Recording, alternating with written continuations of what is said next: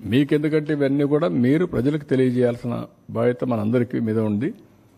It is only అందుకే నేను చాలాసార్లు చెప్పాను, ఒక పబ్లిక్ పాలసీ, ఒక ప్రభుత్వాన్ని ఎన్నుకుంటారు.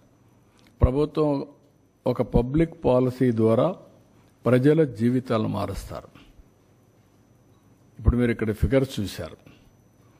ఐటీకి ప్రాధాన్యత ఇచ్చాం, ఇన్ఫ్రాస్ట్రక్చర్కి ప్రాధాన్యత ఇచ్చాం. ఈరోజు తెలంగాణ రాష్ట్రం హైయెస్ట్ పర్ క్యాపిటల్ ఇన్కమ్ ఉంది బికాస్ ఆఫ్ దట్ పాలసీస్. ఈరోజు మేము తీసుకునే పాలసీస్ కూడా లాస్ట్ టైం 48,000 కోట్ల రూపాయలు ఖర్చు పెట్టాం. ఏది ఇరిగేషన్, ఇక్కడ మాత్రం నీరు చెట్లో పెట్టాం, నరేగాలో పెట్టాం. 68,000 70,000 కోట్లు ఖర్చు పెట్టాం. దానివల్ల గ్రౌండ్ వాటర్ రీఛార్జ్ అయ్యింది. ఈ సంవత్సరం మీరు చూస్తే 65% యాజ్ ఆన్ టుడే రిజర్వాయర్లో వాటర్ ఉండే పరిస్థితికి వచ్చింది. 35% మనం వాడే పరిస్థితికి వచ్చాం యాజ్ ఆన్ టుడే. అది పెద్ద సంపద. నెక్స్ట్ ఇయర్కు జూన్లోనే పంటకు నీళ్ళు ఇస్తాం. రాయలసీమలో ఏది కూడా హార్టికల్చర్కి ఇబ్బంది లేకుండా నీళ్ళు ఇస్తాం.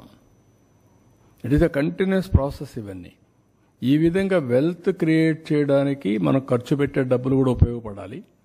రెండు బ్యాలెన్స్ కావాలి. పబ్లిక్ పాలసీ వల్ల ఈరోజు గవర్నమెంట్ ఆఫ్ ఇండియా కూడా మీరు చూస్తున్నారు, ఎవరైనా సరే ఒక మంచి పబ్లిక్ పాలసీ తీసుకొని ఆ పబ్లిక్ పాలసీ ద్వారా సమర్థవంతంగా అమలు చేయాలి. మళ్ళీ నేను బాగానే డబ్బులు ఖర్చు పెట్టాం, దోచేసాం, రిజల్ట్స్ రాలేదు, అవుట్కమ్ లేదంటే మళ్ళీ కుదరదు. It is a continuous process. That is where జీవితాలను కొన్ని గవర్నమెంట్స్ మనం ఉన్నాయి. ఈరోజు చైనా ఉంది, 78లో వాళ్ళు ఎకనామిక్ రిఫార్మ్స్ తీసుకొచ్చారు. చైనాతో సమానంగా వెళ్ళిపోయారు. మీరు ఒక ఇది పెట్టుకోవాలి, 78లో చైనా ఎకనామిక్ రిఫార్మ్స్ ఇచ్చారు. అరౌండ్ 80s ఆ ప్రాంతంలో అనుకుంటాను రెండు. రష్యా పొలిటికల్ రిఫార్మ్స్ తీసుకొచ్చారు.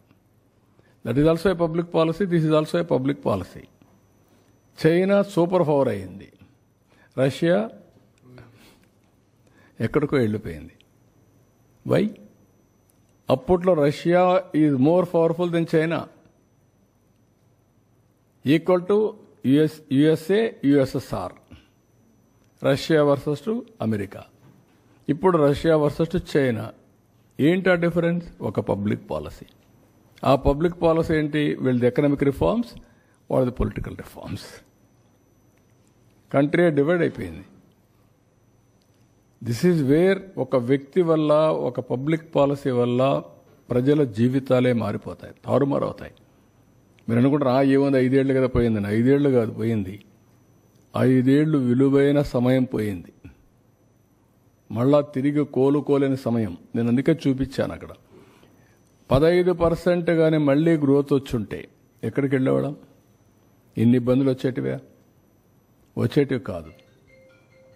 ఇట్ ఈస్ ఏ అందుకనే ప్రజలు ఆలోచించుకొని ఎలాంటి గవర్నమెంట్ ఉండాలి, ఏ విధంగా ఉండాలి, ప్రజల్లో కూడా అవేర్నెస్ తేవడం మా బాధ్యత. అందుకనే ఇంత మునుపు నేను డెవలప్మెంట్ చేస్తూ పరిగెత్తా.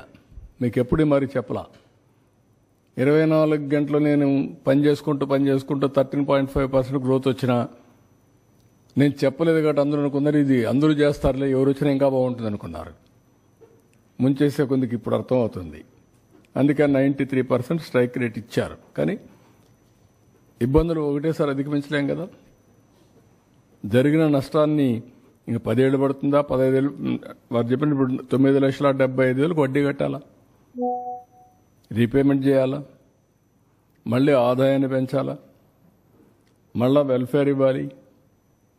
It is a extra Hercules task. దాన్ని అధిగమించి మళ్ళీ ముందుకు పోవాల్సిన అవసరం ఉంది. బట్ వేరే మార్గం లేదు. నన్ను చాలామంది అడిగారు, చాలాసార్లు అడిగారు, మీరు సెట్ చేయగలుగుతారని అడిగారు.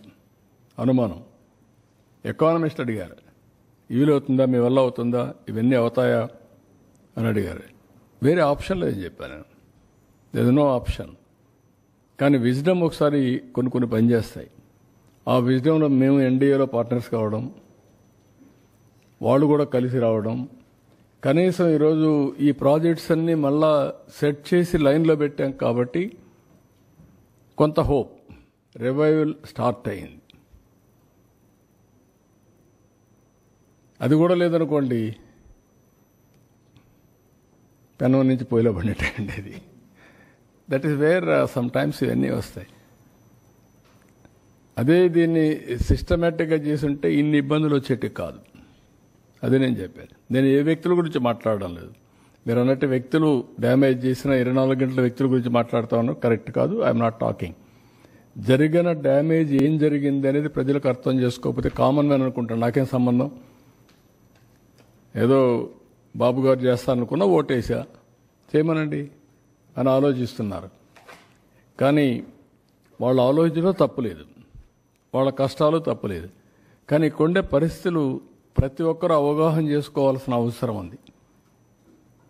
అది అవగాహన చేసుకొని ఎందుకు గుజరాత్లో 5 సార్లు ఓట్లు వేశారు బీజేపీకి, అందుకే స్టెబిలిటీ ఉంది కదా. పంజాబ్ ఓట్లు మార్చుకుంటూ వేశారు, ఏమైంది పంజాబ్ ఇప్పుడు? అదే మరి పంజాబ్ మరి వీళ్ళు కానీ గుజరాత్ కూడా వేసి ఉంటే ఒకసారికి అయిపోయేది. అది కూడా పంజాబ్ని గుజరాత్ని పంజాబ్ చేసేవాళ్ళు, రెండు బీహార్ చేసేవాళ్ళు. అంటే సార్ ఒకటి 5 సార్లు 6 సార్లు ఓట్లు వేయటమే కాదు, ఆ లీడర్ని బట్టి కూడా ఉంటుంది. వెస్ట్ బెంగాల్లో 5 సార్లు ఇచ్చారు, అక్కడ మరి వెనకబడే ఉంది. కేరళలో ఉన్నాయి, అంటే ఎగ్జాంపుల్స్ ఉన్నాయి. బట్ ఆ లీడర్ ఎలాంటి పాలసీ తీసుకుంటున్నారు అనే దాని మీద అదేమా, దానికే నేను ఏమన్నానంటే 30 ఏళ్లు జరిగిన డెవలప్మెంట్, ఆర్థిక సంస్కరణలు వచ్చిన తర్వాత ఆ రాష్ట్రాల్లో జరిగిన అభివృద్ధి అంతా వైట్ పేపర్స్ వచ్చాయనుకోండి. ఎవరి పీరియడ్లో పెరిగింది, ఎవరి పీరియడ్లో తగ్గింది, ఎవరు పతనం చేశారు అనేది చూపించారనుకోండి, అప్పుడు ఐడియా వస్తుంది కదా. 30 ఏళ్ళు చేయండి, ఎవ్రీ 5 years పెరిగింది, 6 సార్లు 30 ఏళ్ళు చేద్దాం. ఏ పార్టీ రూల్ చేసింది, ఏ వ్యక్తి రూల్ చేశాడు, ఎట్లా ఇదయింది, ఒక క్లారిటీ వస్తుంది. దేశం మొత్తం రావాలి. We are trustees to the people. మనం ట్రస్టీస్గా ఉండి రాష్ట్రాలని వాళ్ళ జీవితాలను ఆడుకోవడం కరెక్ట్ కాదంటాను నేను. ఇప్పుడు నేనేమంటానంటే, ఈరోజు 10 రూపాయలు ఎక్కువ ఇస్తున్నామని ఇష్టానుసారంగా మాట్లాడి అసలు జీవితాంతం పేదరికంలో సఫర్ కావాలనా? Is it right? శాశ్వతంగా నేను పేదరికంలో పెడతా, నీ కర్మను అనుభవించు అనే పరిస్థితి రావడం కరెక్ట్గా. సంపద సృష్టించాం, వచ్చింది నేను దోచుకుంటా, 10 రూపాయలు నీకు ఇస్తా, లేదంటే 1 రూపాయి నీకు 10 రూపాయలు నాకు. Is it right governance? Good governance is always good politics. కానీ ప్రజలను కూడా ఎడ్యుకేట్ చేయాలి. ఇంకా చాలామందిని మేము ఇంకా ఎడ్యుకేట్ చేయాల్సిన చాలామంది ప్రజల్ని చేద్దాం. కానీ ఎప్పటికప్పుడు వాస్తవాలు చెప్పడం నా బాధ్యత. అందుకే చెప్పాను, అట్లని చెప్పి ఏం భయపడడం లేదు. Will revive, will work hard. అందుకే నేను ఇచ్చిన విజన్ కూడా నిన్న కూడా మీరు చూస్తే గవర్నర్స్ రిపబ్లిక్ డే స్పీచ్ కూడా రొటీన్గా లేదు, చూశారు మీరు. మేము అది ఇచ్చాం ఇది ఇచ్చాం చెప్పలేదు. 10 ప్రిన్సిపల్స్తో ఏ విధంగా రాష్ట్రాన్ని ట్రాన్స్ఫార్మ్ చేస్తామో, నిన్నేం జరిగింది, ఈరోజు ఏం జరుగుతుంది, రేపేం జరుగుతుంది, ఆ విషయాలే ప్రజలకు చెప్పాం. That is where we are educating, we are taking to the logical conclusion. Thank you.